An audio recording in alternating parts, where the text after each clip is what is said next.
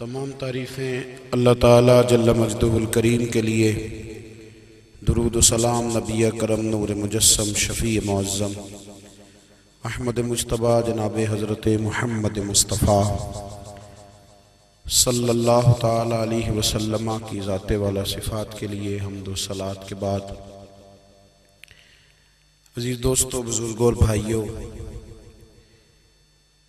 इंसान खाए पिए सोए जागे तो उसके जिस्म की ज़रूरियात पूरी होती हैं।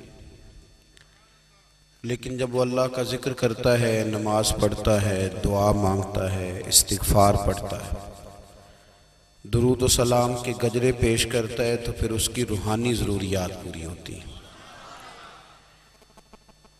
आज जिस ज़माने में हम वक्त गुजार रहे हैं, लोगों की जिस्मानी ज़रूरियात पूरी करने के लिए, ग़िज़ाई ज़रूरियात पूरी करने के लिए बहुत सारे बंदोबस्त किए जा रहे हैं। लेकिन जितना लोग अपनी ज़ाहिरी ज़रूरियात में ख़ुद कफ़ील होते जा रहे हैं, उतना ही ज़्यादा वो रूहानी तौर पर कमज़ोर होते जा रहे हैं। घंटों बैठकर गपशप करने वाले लोगों के लिए थोड़ी देर भी ज़िक्र इलाही करना मुश्किल हो जाता है। लंबी चौड़ी बातें करने वाले, लंबे चौड़े दलाइल देने वाले लोग और समझदार लोग और सियाने लोग इबादत के मामले में सुस्ती करते हैं, अमल के मसले में कमज़ोर हो जाते हैं। तस्बीहात करना, वज़ाइफ पढ़ना, दुरूद व सलाम पढ़ना, कम बोलना, सच्ची बात करना, सब्र से रहना, शुक्र को अपनाना, कनात इख्तियार करना, हसद, बुग़ज़, अदावत से बचना, ये लोगों के लिए मुश्किल हो जाता है। फिर उसका नुकसान ये है कि मुआशरा एक अजीब सी बेसुकूनी और बेकरारी का शिकार है। जेब में बहुत ज़्यादा पैसे रखने वाला, खुश शक्ल नज़र आने वाला, पेट भर के रोटी खाने वाला शख्स भी ढूंढता फिरता है कि आखिर मैं परेशान हूँ क्यों। आप इंसानियत की तारीख़ पढ़ेंगे तो आपको मालूम होगा कि इंसान ने कभी पत्थर की पूजा की, कभी माज़अल्लाह चाँद सूरज की, दरख्तों की, बुतों की पूजा की। माज़अल्लाह ये गलत डायरेक्शन पे तो चढ़ गया, लेकिन ऐसा नहीं है कि कोई बंदा दुनिया में आया हो और किसी की उसने इबादत ना की हो। इसलिए कि अल्लाह तबारक व तआला ने जिस तरह हमारे जिस्म में खाने की तलब रखी है, पीने की तलब रखी है, सोने की तलब रखी है, इसी तरह अल्लाह ताला ने इबादत के लिए तलब रखी है जिस्म में। ये तो हुआ कि इंसान गुमराह हो गया, गलत रस्तों पे चल निकला, उसने झूठे माबूदों की तरफ माज़अल्लाह तवज्जो कर ली, लेकिन वो किसी न किसी के सामने झुकता रहा, क्योंकि उसके वजूद में तलब थी, शौक था उसे कि वो इबादत करे। अल्लाह तबारक व तआला जब मुसलमान को तौफीक दे और अल्लाह की बारगाह की जानिब वो रुजू करे,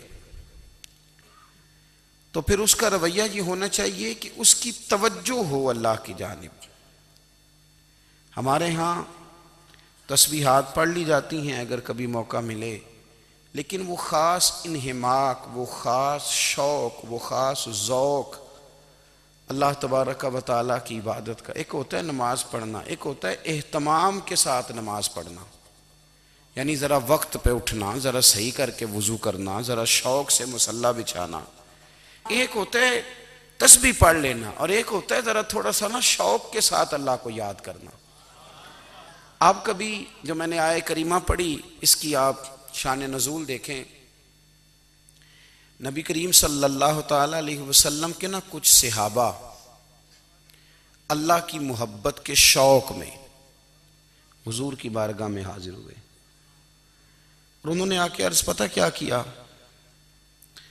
अर्ज़ करने लगे, या रसूल अल्लाह सल्लल्लाहु तआला अलैहि वसल्लम, सालों बीत गए हैं सजदे करते हुए, हुजूर सालों बीत गए हैं तस्बीह पढ़ते हुए, सालों बीत गए कहते हुए कि सुबहान अल्लाह वो पाक है।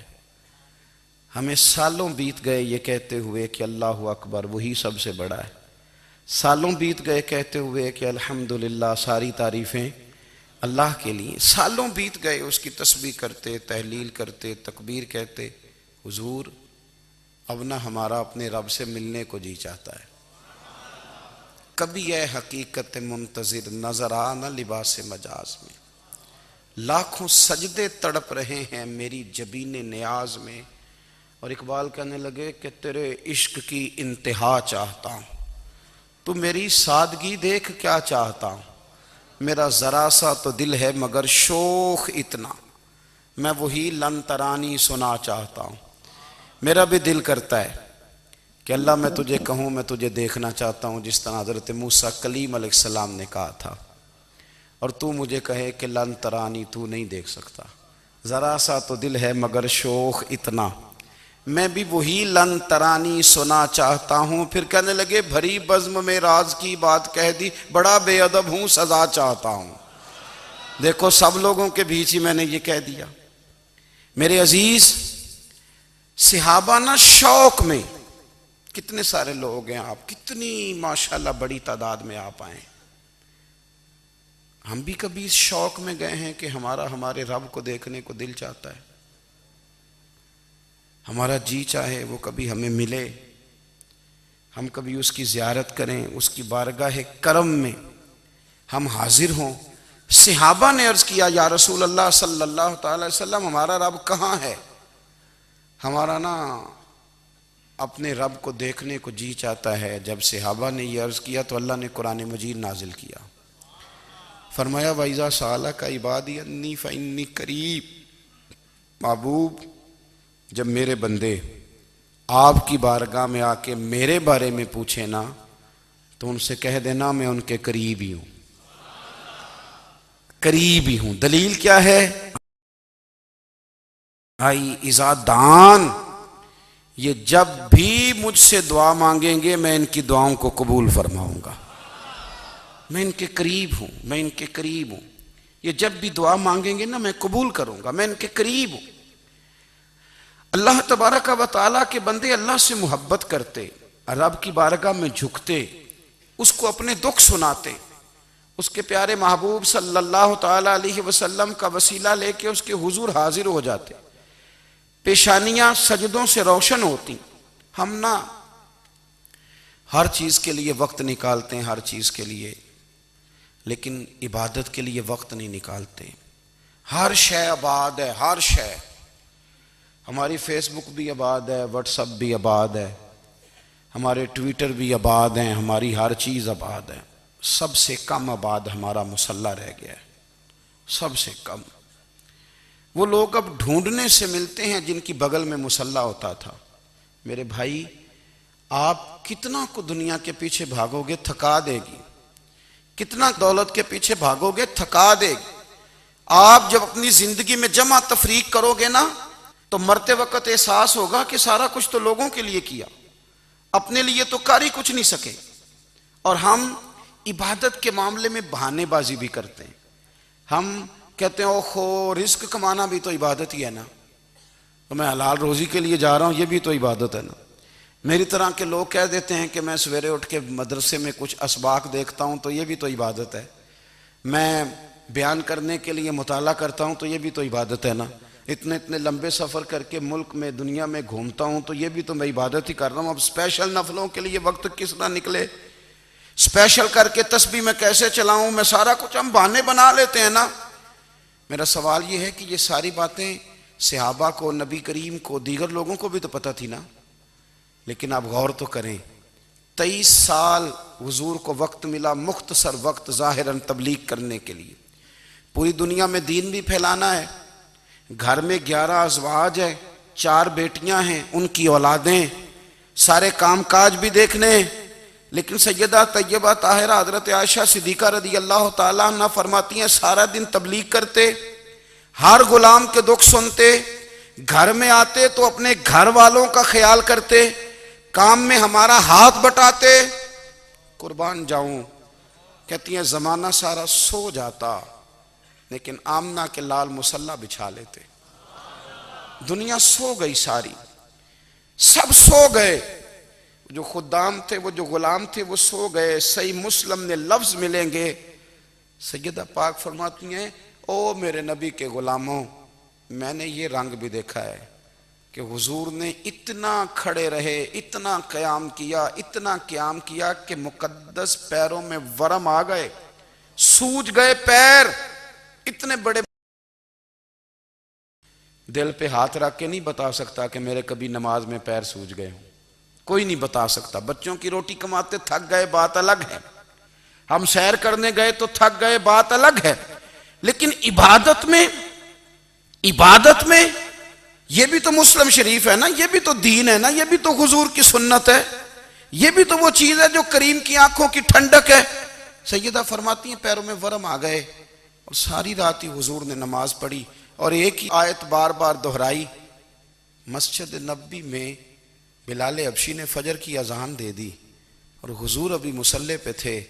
करीम फारिग हुए, मैंने अर्ज की या रसूल अल्लाह सल्लल्लाहु अलैहि वसल्लम, आपके तो सदके अल्लाह अगले पिछलों के गुनाह माफ करेगा, तो आप इतनी आहोजारी क्यों फरमाते हैं? आप तो शफी हैं, आप तो अंबिया के इमाम हैं। तो हुजूर ने फरमाया, आयशा तुमने गिनवाया है ना मेरे अल्लाह की मुझ पर कितनी रहमत है। अफला अकूना अब्दन शुकूरा, फरमाया अगर उसने इतनी नेमतें दी हैं तो क्या मैं उसका शुक्रगुजार बंदा ना बनूं? मैं शुक्रगुजार बंदा ना बनूं उसका? फिर अगर इतनी नेमतें उसने दी हैं, मुझे इतना नवाजा है, तो फिर मैं उसके सामने सजदे ना करूं? ओ मेरे भाई, बड़े काबिल फख्र लोग हैं हम कि हम नबी पाक के गुलाम हैं। हम काबिल फख्र हैं कि नबी करीम के गुलाम हैं। क्या कभी इस गुलामी के शुक्राने में भी 2 नफल पढ़े कि या अल्लाह तेरा शुक्र है तूने हमें हुजूर का गुलाम बनाया? याद रखें कि अपनी रूहानी जिंदगी को आबाद करें, इस्तिगफार पढ़ें, तस्बीहात करें।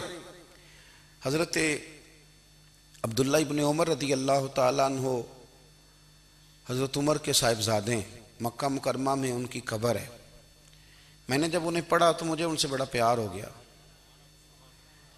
लेकिन आपको पता है वहाँ जाके किसी शख्स का मज़ार तलाश करना या पूछना एक मुश्किल काम होता है। तो एक दफ़ा मैं मक्का शरीफ में हाजिर था, तो एक गाड़ी वाला ड्राइवर मुझे कहने लगा कि मौलाना मैं आपको जानता हूँ, मुझे आपसे मोहब्बत है, एक बात बताऊँ आपको। मैंने कहा बताओ। कहने लगे हज़रत अब्दुल्ला इब्ने उमर की कब्र देखनी है। मैंने कहा ये तू नहीं कह रहा, ये किसी ने बंदोबस्त कराया है, ये अल्लाह ने तेरे दिल में बात डाली है, ये हो गया तू ले चल मुझे। हजरत अब्दुल्ला इब्ने उमर को नबी पाक ने फरमाया था राजुलुन सालिह, ये नेक बंदा है, ये मुत्तकी आदमी। हजरत अब्दुल्ला इब्ने उमर रदी अल्लाह ताला अन्हु सैयदना फारूक आज़म रदी अल्लाह ताला अन्हु के साहिबजादे हैं और इनकी हमशीरा सैयदा हफ्सा रदी अल्लाह ताला अन्हा हुजूर की ज़ौजा मोहतरमा। एक दिन अपनी हमशीरा से कहने लगे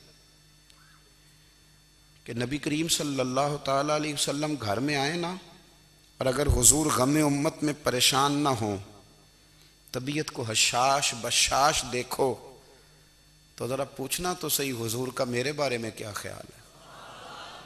पूछना तो सही कि करीम की बारगाह में मेरा क्या मकाम है, मेरे बारे में हुजूर क्या फरमाते हैं। अब बहन को काम बताए और बताए भी भाई, और फिर बहन वो काम ना करे, ये तारीख में होता नहीं। हज़रत उमर फारूक रदी अल्लाह ताला अन्हु की साहिबजादी उम्मुल मोमिनीन रदी अल्लाह ताला अन्हा फरमाती हैं कि मैं तो बस मुंतज़िर थी। उन्होंने तो कहा था ना कि अगर तुम हशाश बशाश देखो तो बात करना, लेकिन हुजूर तशरीफ़ लाए, मेरी बारी थी, मेरे घर तशरीफ़ लाए, खाना पेश किया तो फ़ौरन मैंने अर्ज़ की हुजूर एक बात पूछनी थी। तो हुजूर ने फरमाया पूछिए। मैंने अर्ज़ की हुजूर मेरे भाई अब्दुल्ला इब्ने उमर के बारे में आपका क्या ख्याल है? नौजवानों मेरी बात पे गौर करना, मेरे भाई के बारे में आपका क्या ख्याल है? तो नबी करीम सल्लल्लाहु ताला अलैहि वसल्लम ने मेरी तरफ देखा और फिर हुजूर ज़ेरे लब थोड़ा मुस्कुराए। और बरेली के इमाम कहते हैं कि हुजूर मुस्कुरा देते थे ना, तो जो बड़ा दुखी होता था वो भी हंस पड़ता था। अब सवाल पैदा होता था कि फिर तो उस मुस्कुराहट के लिए इंतज़ार करना पड़ता होगा कई कई महीने के हुजूर मुस्कुराएं तो रोने वाले हंसें। तो आला हज़रत फरमाते नहीं, इंतज़ार नहीं करना पड़ता, ये मुस्कुराते रहना तो हुजूर की आदत है। जिसकी तस्कीन से रोते हुए हंस पड़े उस तबस्सुम की आदत पे लाखों सलाम। यानी ये तो आदत है हुजूर की मुस्कुराते रहना, इसके लिए इंतज़ार नहीं करना पड़ता। भाइयों आप ख्याल रखेंगे, गौर करेंगे, हजरत अब्दुल्लाह इब्ने उमर रदी अल्लाह तआला अन्हु के बारे में पूछा तो सैयदा फरमाती हैं कि नबी करीम सल्लल्लाहु तआला अलैहि वसल्लम ना ज़ेरे लब मुस्कुराए और फरमाया हफ्सा तेरा भाई है तो अच्छा, लेकिन मैंने सुना है कि इशा की नमाज पढ़ता है तो फजर तक सोया ही रहता है।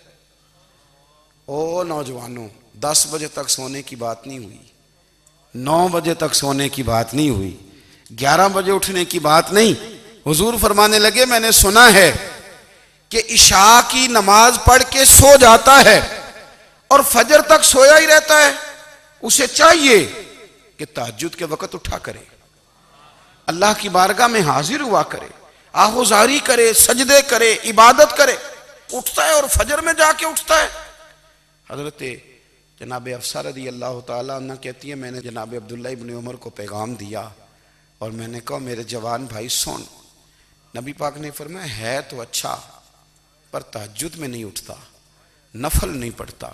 ओ मेरी मिल्लत के जवानों, मज़ा नहीं आ जाता जब सारी दुनिया सोई हो, सारी दुनिया, और बिस्तर भी गर्म हो और नींद भी पूरा गलबा कर रही हो और अचानक घंटी बजे दिमाग में, आंख खुले, घड़ी पे नजर पड़े 3:30 4 बजे का पैगाम घड़ी बताए और कोई चढ़ती जवानी वाला उठे, उठ के वुजू करे और जब वो मुसल्ला खोल के बिछाए तो मदीने वाले महबूब कहते हैं कि हर नमाज पे रब सवाब देता है और जो उठ के तहज्जुद की नमाज पढ़े उसे देख के तो रब मुस्कुराता है, जो उसकी शान के लायक है, जो उसकी शान के लायक, वो मुस्कुराता है, खुश होता है कि मेरा बंदा तहज्जुद में उठ गया, वो मुस्कुराता है।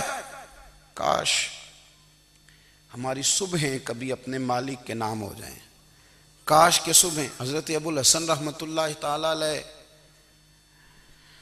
हजरत माज इब्ने जबल रदी अल्लाह ताला अन्हु के पास बैठा करते थे।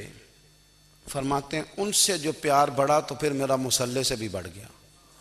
ताबी हैं, फरमाते हैं सहाबी रसूल से मोहब्बत हुई तो जिक्र से भी हो गई, फिर दुरूद शरीफ से भी हो गई।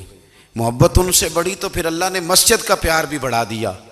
आप फरमाते हैं कि मेरी हर वक्त तबीयत चाहती थी कि बस अल्लाह अल्लाह करूं, बस अल्लाह अल्लाह करूं, बस ना मैं ज़रा थोड़ी जान छुड़ाऊं लोगों से, कुछ 10 मिनट मिले तो मैं कुछ 4 नफल पढ़ लूँ, मैं थोड़ा सा ना बचूं लोगों से और मुझे तस्बीह मिले तो मैं ना कुछ 400-500 दफ़ा इस्तिग़फ़ार पढ़ूं, सुबहान अल्लाह, अल्हम्दुलिल्लाह, अल्लाहु अकबर, ला हौला वला कुव्वता इल्ला बिल्लाह, मैं ना तस्बीहात पढ़ूं। फरमाते हैं कि बच्चे थे घर में 6-7, गुर्बत थी, काम मिलता कोई नहीं था और मैं काम चोर नहीं था, काम ढूंढता था, पर अल्लाह की कुदरत के काम नहीं मिलता था। फरमाते हैं कि मैंने एक दिन अपनी अहलिया से कहा कि आज मैं फिर जाता हूँ काम ढूंढने। तो मेरी बीवी बड़ी फर्मा बरदार थी, पर उस दिन ना गुर्बत के हाथों तंग आके कहने लगी आज ना कोई तू चीज़ लेके आया तो मुझसे बच्चों की भूख नहीं देखी जाती। ये सब रोगां दा रोग मुहम्मद जिसदा नाम गरीबी, कंड बुला के लंघ जाते नहीं दोस्त यार करीबी। तो आज ना कुछ लेके आया तो मैं बच्चे लेके मेके चली जाऊंगी। शेख फरमाते हैं कि मैं बड़ा परेशान घर से निकला, पर मैंने सुबह से लेके जोर तक काम ढूंढा, काम मिला कोई नहीं। तो मेरे दिल में ख्याल आया चलो काम नहीं मिलता तो अल्लाह अल्लाह तो करे ना, चलो बंदों की मजदूरी नहीं मिलती तो रब करीम की इबादत ही करते हैं। फरमाते हैं कि मैंने ना फुरात के पानी से वुजू किया, नहर के, शदीद धूप थी, साथ रेत थी और रेत तप रही थी। मैंने अपना रुमाल वहीं मुसल्ला के तौर पर बिछा लिया और फरमाते हैं कि जोर से लेकर असर तक नमाज पढ़ी, धूप भी पूरे जोर पे, पर मेरे सजदे का जौक भी पूरे जोर पे। फरमाते हैं सूरज भी चमक रहा है और रब की इबादत का जौक भी पूरे जोर पे।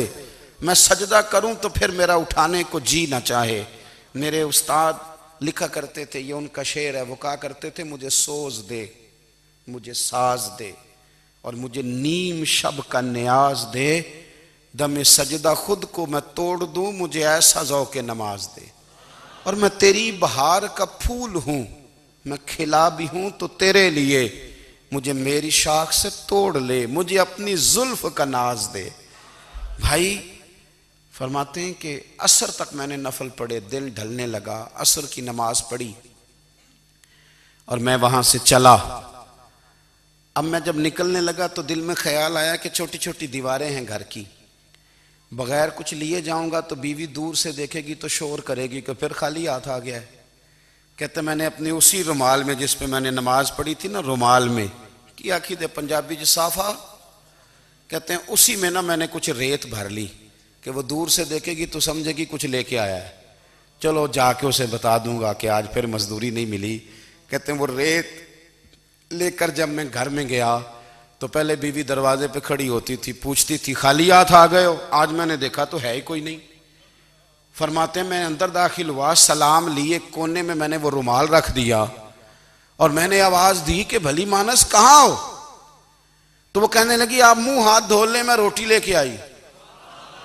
मैंने कहा रोटी कहां से आ गई? यहां तो कई दिनों के फाके, तो कई दिनों की गुर्बत है, यहां तो इस घर में तो फकीरी है।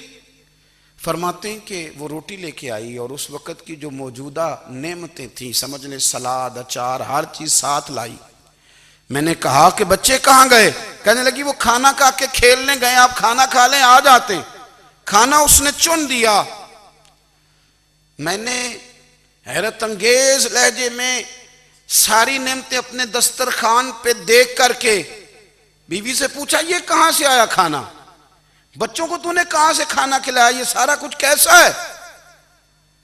तो कहने लगी पता नहीं आज आप किस करीम की मजदूरी करने चले गए थे, पता नहीं किस करीम की। मेरे घर में तो इतनी नेमतें आई हैं कि मुझसे संभाली नहीं जा रही, इतना अनाज है, इतना गंदुम है, किस करीम के दरवाजे आज चले गए थे? ये कहते कहते वो उठी और उठ करके कहने लगी पहले बड़ा कुछ आया था, अब क्या ले आए हो? और जा करके ना उसने वो रेत वाला रुमाल खोला। कहने लगे मैं तो लेके आया था रेत, तो मेरे रब ने उसे भी सोने और हीरे बना दिया था। जब आपकी तवज्जो अल्लाह की जानी, मेरे नबी पाक सल्लल्लाहु ताला अलैहि वसल्लम ने फरमाया हर चीज अपने रब से मांग, हर चीज मांग, हर चीज मांग। या रसूलल्लाह क्या कुछ? मेरे महबूब ने फरमाया तेरे घर में नमक भी खत्म हो जाए तो वो भी अपने रब से मांगा कर। तू मांगना, वो तुझे देगा। तो उसकी बारगाह में कशकोले तलब दराज तो करना। और तिरमिजी शरीफ में अजीब लफ्ज है, रसूल कायनात ने फरमाया, रब करीम फरमाता है जब मेरा बंदा हाथ उठाता है ना तो मुझे हया आती है कि मैं खाली कैसे लौटा दूं इसके। इतने बड़े बादशाह की बारगाह में। ओ भाई, लोगों से इज्जतें तलाश करते हो तो वो क्या तुम्हें इज्जत देंगे? वो तो कल अच्छा कहते हैं, परसों बुरा कहने लग जाते हैं। लोगों के सामने गुड बुक में आना चाहोगे तो वो तो सवेरे तुम्हारे बारे में कुछ कहेंगे, शाम कुछ और कहेंगे। अपनी रूहानी जिंदगी आबाद करें, अपने मुसल्ले को वक्त दें और दुनिया से छुप कर, इस मोबाइल को बंद करके और अपने आप से भी छुप के और तन्हा होके छुपा के सारा कुछ अपने आंसू अपने रब की बारगाह में पेश करें, उसके हुजूर हाजिरी दें। सुनो ना तिरमिजी की हदीस और इसे याद रखना। नबी पाक अलैहिस्सलाम ने फरमाया अपने दुख लोगों के सामने ना बयान करना, सेठों नवाबों को ना बताते फिरना, दुनियादारों के सामने जाके ना रोना कि मैं तकलीफ में हूं। फरमाया अगर दुनियादारों को दुख बताओगे रब तुम्हें कभी गनी नहीं करेगा। और लोग हैं कि उल्टा मजाक उड़ाएंगे। आपकी जिससे बड़ी पक्की यारी है ना, पक्की, वो तब तक पक्की है जब तक आपने 50,000 मांगा नहीं। और जिस वक्त आपने कह दिया कि मैं मजबूर हूं मेरी मदद कर, तो फिर खत्म हो गई दोस्ती। लोगों की ताल्लुकात आपके साथ तब तक हैं जब तक आप उनसे कोई जरूरत वाबस्ता नहीं करते। करीम महबूब फरमाने लगे बंदों के सामने दुख ना बयान करना, अल्लाह तुझे कभी गनी नहीं करेगा। तो अपने दुख अपने रब को बता, तू दुआएं मांग, तू उसकी बारगाह में हाजिर हो, तू उसके हुजूर अर्ज कर। फरमाया अपने दुख अपने रब को बता, वो जल्दी करे या देर से करे तुझे सारी दुनिया से बेनियाज कर देगा, तुझे किसी का मोहताज नहीं रहने देगा। अपने मुसल्ले को, अपनी दुआओं को। एक बुजुर्ग फरमाते हैं, मैंने दुआ मांगने का तरीका अपनी बीवी से सीखा। दुआ मांगने का तरीका अपनी, सीखने वाले तो अपने बच्चों से भी सीख लेते हैं, सीखने वाले तो हर एक से सीखते हैं। वो कहते हैं मैंने दुआ मांगने का सलीका अपनी बीवी से सीखा है। हजरत वो किस तरह? फरमाने लगे मेरी बीवी ने ना मुझे कोई काम बताया, कुछ पैसों की ज़रूरत के लिए कहा, तो मैंने उसे कहा कि भाई अभी मेरे पास नहीं है, कुछ दिनों में आते हैं तो मैं दे दूंगा। औरतों की आदत होती है, वो बार बार याद कराती हैं। 2-4 दिनों के बाद फिर उसने कहा, हजरत वो मैंने कहा था कुछ पैसे, मैंने उसे कहा कि अभी मेरे पास नहीं है, कुछ दिनों में मिलते हैं तो मैं तुम्हें दे दूंगा। उसने कुछ दिनों के बाद फिर कहा, हुजूर वो मैंने कुछ पैसे कहे थे। फरमाते मैंने डांट दिया, मैंने कहा कि क्या तू रोज मुझे शर्मिंदा करती है, कहा ना मेरे पास नहीं है, होंगे तो दे दूंगा, तू रोज याद कराती है। फरमाते उसने पहले तो मेरी डांट को सहा, फिर मेरे सख्त जुमलों ने उसकी आंखों में आंसू पैदा कर दिए, फिर उसने अपने आंचल में अपने उस दुख को समेटा और फिर उसने एक जुमला कहा तो मैं रो पड़ा और मुझे अपने रब से मांगने का तरीका आ गया। मुझे कहने लगी, हजरत जी आपने डांट दिया, मैंने सह लिया, पर आप ही मेरे शौहर हैं, बताएं ना, आपसे न कहूं तो मैं किस से जाके कहूं। फरमाते हैं मैं रो पड़ा और मैं खुल के रोया और मैं तड़प के रोया और फिर मेरी सिसकियां बंद गईं। तो मुझे कहने लगी आपको क्या हुआ? मैंने कहा मुझे भी दुआ मांगनी आ गई है। जब मैं उसे कहूंगा ना अल्लाह तू ही मेरा रब है, मैं तुझसे न कहूं तो मैं किससे जाके कहूं, मैं क्यों किसी बंदे से सवाल करूं, मैं क्यों किसी दुनियादार से कहूं, मैं तेरे बंदों का, नेक बंदों का वसीला लेके, तेरे महबूब की गुलामी लेके तेरी बारगाह में आया, तुझसे ना मांगूं तो किससे मांगूं। समझ आ गई है, जब मैं इस रंग में मांगूंगा तो फिर रब मेरे ऊपर बड़ा ही फजल फरमाएगा, वो मेरे ऊपर बड़ी रहमत करेगा, वो मेरे लिए आसानियां करे। अजीज दोस्तों, हम इस तरह करने लग गए हैं कि हमने ना अपने ताल्लुकात पर एतमाद करना शुरू कर दिया है। मेरे ताल्लुकात बहुत हैं, हमने अपनी दौलत पर एतमाद करना शुरू कर दिया है, मेरे पास दौलत बहुत है। हमने अपने इल्म पर, अपनी शोहरत पर एतमाद करना शुरू कर दिया है कि मेरे पास फलां चीज बहुत है। याद रखना, जब बेनियाज अपनी सिफ्ते बेनियाजी दिखाता है तो बड़ी बड़ी दौलतों वाले मजबूर नजर आते हैं। भाइयों, जब इंसान का रिश्ता अपने मालिक के साथ होता है फिर तो गम भी कुछ नहीं कहते, परेशानियां भी कुछ नहीं कहती, फिर तो जिंदगी सब्र वाली, फिर तो जिंदगी तवक्कुल वाली, फिर तो जिंदगी भरोसे वाली।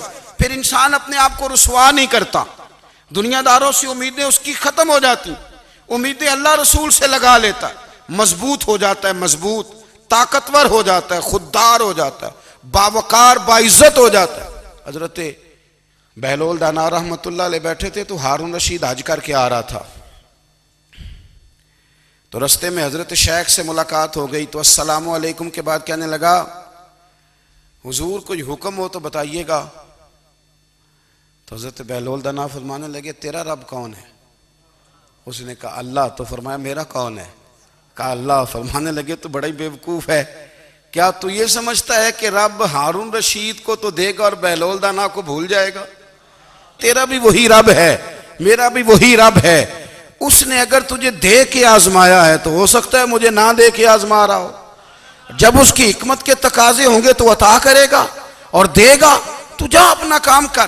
भाई, अपनी रूहानी जिंदगी, अपनी इबादत, अपने वज़ाइफ, अपने रोजमर्रा के मामलात, अपनी दुआएं, अपना इस्तिगफार।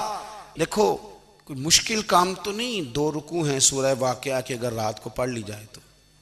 मैं किस तरह ये बात बयान करूं कि तवीज़ बांटना आसान है और वजीफा बताना मुश्किल है।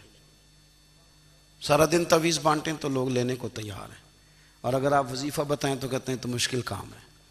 ओ खुदा के बंदे, अगर आपका ताल्लुक कुरान पाक के साथ मजबूत हो, कुरान पाक के साथ अगर आपका रिश्ता हो, लोग सिफारिशें ढूंढते हैं ना दुनिया में, कोई ताल्लुक मिल जाए तो मेरा काम हो जाए। दुनिया में इतना मुश्किल मामला है, आखिरत में मुझे बताइएगा कितना मुश्किल मामला होगा। मेरे नबी पाक सल्लल्लाहु ताला अलैहि वसल्लम ने फरमाया, जो लोग सूरह मुल्क पढ़ा करते थे ना, सूरह मुल्क, ये सूरत मुल्क क़यामत में उनकी सिफारिश करेगी। और इस तरह करेगी कि कहेगी ए अल्लाह यहाँ इस बंदे को जन्नत में दाखिल कर दे या मुझे कुरान पाक से अलहदा कर दे। तो रब फरमाएगा जा इसका दामन थाम के इसे जन्नत तक पहुंचाया। आप बात को समझें, जब आपके ताल्लुकात अपने मामलात के साथ मजबूत होंगे, ये नबी करीम ने वादा किया है कि तू सूरत वाक़या पढ़, तेरे घर में फाका नहीं आएगा।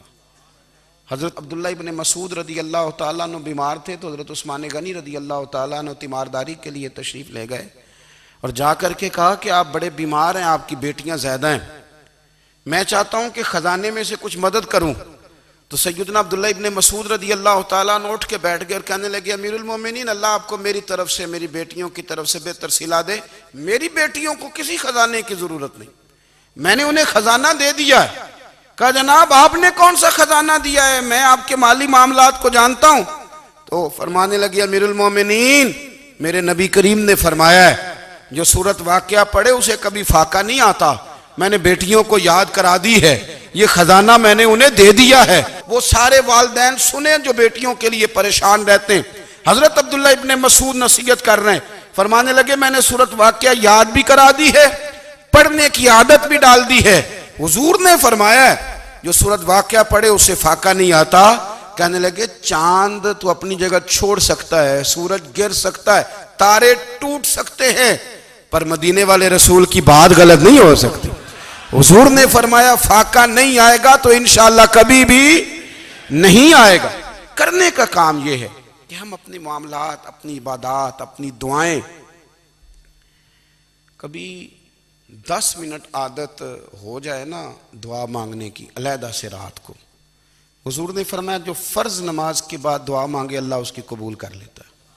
नबी पाक सल्लल्लाहु ताला अलैहि वसल्लम ने फरमाया अल्लाह मुसाफिर की दुआ कबूल फरमाता है। हुजूर ने फरमाया अल्लाह मजलूम की दुआ कबूल फरमाता है। हुजूर ने फरमाया बीमार से दुआ कराओ अल्लाह उसकी दुआ कबूल फरमाता है। मेरे नबी पाक ने फरमाया माँ बाप जब भी औलाद के लिए हाथ उठाएं, वैसे तो बुल्ले शाह तो आसमानी उड़दियां ही फड़ दें, जेड़ा घर बैठा उन्होंने बड़े ही नहीं। हुजूर फरमाने लगे माँ बाप जब भी औलाद के लिए दुआ फरमाएं अल्लाह उनकी दुआ को कबूल करता है। आप अपना ताल्लुक बनाएं दुआ के साथ, इबादत के साथ, मुसल्ले के साथ रिश्ता बनाएं, इस्तिगफार पढ़ें। सलाहुद्दीन अय्यूबी सलेबी जंगों में थे, रात को मस्जिद अक्सा में नमाज पढ़ी तो परेशान थे। एक बुजुर्ग से मुलाकात हुई तो वो कहने लगे कि आप बड़े परेशान हैं। कहने लगे हुजूर परेशान इसलिए हूँ कि पहले ही मुसलमान कमज़ोर है, अब मैंने सुना है दुश्मन का एक बहरी बेड़ा वो जंगी सामान से भरा हुआ आ रहा है, तो अब उनके पास और तलवारें और नेज़े आ जाएंगे, मुसलमानों के पास पहले ही वसाइल की कमी है, परेशान हो किस तरह करके मुकाबला करेंगे। ये बात कहते ही सलाहुद्दीन अय्यूबी ने बुजुर्गों से कहा हुजूर आप भी दुआ करना, दुआ की बड़ी ताकत है। मेरे नबी पाक ने फरमाया दुआ मोमिन का हथियार है, दुआ मोमिन का, दुआ मोमिन का। हुजूर ने फरमाया तकदीर को स्वाए दुआ के कोई चीज नहीं बदल सकती, दुआ मोमिन का हथियार है, ये काफिर के पास कोई नहीं, ये हथियार है मोमिन का। अल्लाह करे आपको समझ आए, फिर सुने कई बार कह चुका हूं, ये हथियार है। काफिर के मुकाबले में जो तेरे पास सबसे बड़ा हथियार है वो दुआ है। दुआएं करानी छोड़ दी, करनी छोड़ दी, लेनी छोड़ दी। हजरत सैयदना अनस बिन मालिक रदी अल्लाह ताला अन्हु फरमाया करते थे मैंने वो रंग देखा है जब हुजूर दुआ मांगते थे और हुजूर की मुकद्दस आंखों में आंसू भी साथ ही बहा करते थे, मैंने वो अंदाज देखा है। तो सलाहुद्दीन अय्यूबी बुजुर्ग से कहने लगे आप भी दुआ कीजिए, और खुद रोने लगे और सर सजदे में रख के रोने लगे और इशा से लेकर फजर तक रोए, खूब रोए। सुबह वो बुजुर्ग आए तो सलाहुद्दीन अय्यूबी का खूबसूरत और हंसता हुआ चेहरा देखा। कहने लगे आप बड़े खुश हैं, रात तो मैंने बड़े रोते हुए देखा था। तो कहने लगे हुजूर वो जो बहरी बेड़ा आ रहा था ना वो पानी में डूब गया है, अब वो नहीं आ रहा, अभी खबर आई है तो मैं बड़ा खुश हूं। बुजुर्ग कहने लगे उठ सीने से लग, और सोने के बाद वो बहरी बेड़ा पानी में नहीं डूबा, वो तेरे आंसुओं में डूब गया है। वो जो तू रात रोया है ना रब करीम की बारगाह में, तो वो डूब गया है।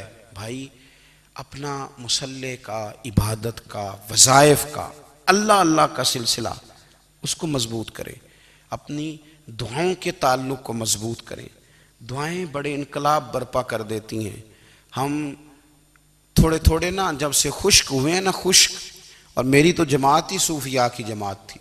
हम तो दाता अली अजमेरी की जमात से, हम तो ख्वाजा अजमेरी की जमात से, हम तो शेख अहमद फ़ारूक सरहंदी की जमात से, हम तो सूफिया की जमात। हमारी जमात ने भी वो ताल्लुक़ जो हमारे बुज़ुर्गों ने बनाया था। बुज़ुर्ग अल्लाह के करीब कैसे जाता है? तो हमारे यहाँ ना बहुत सारे लोग कहते हैं जी नज़र हो गई तो काम हो गया। भाई जो बुखारी मुस्लिम में तरीका है ना अल्लाह का कुर्ब पाने का, वो तो नफल है। नबी करीम अलैहिस्सलाम ने फरमाया बंदा नफलों के ज़रिए रब के करीब जाता है, और इतना करीब जाता है कि फिर अल्लाह उसकी ज़ुबान बन जाता है, अल्लाह उसकी आंखें बन जाता है, कान बन जाता है, हाथ और पैर बन जाता है। तो ये तो इबादत है, ये तो अल्लाह की बारगाह की हाज़िरी है जो आपको अल्लाह के करीब करेगी।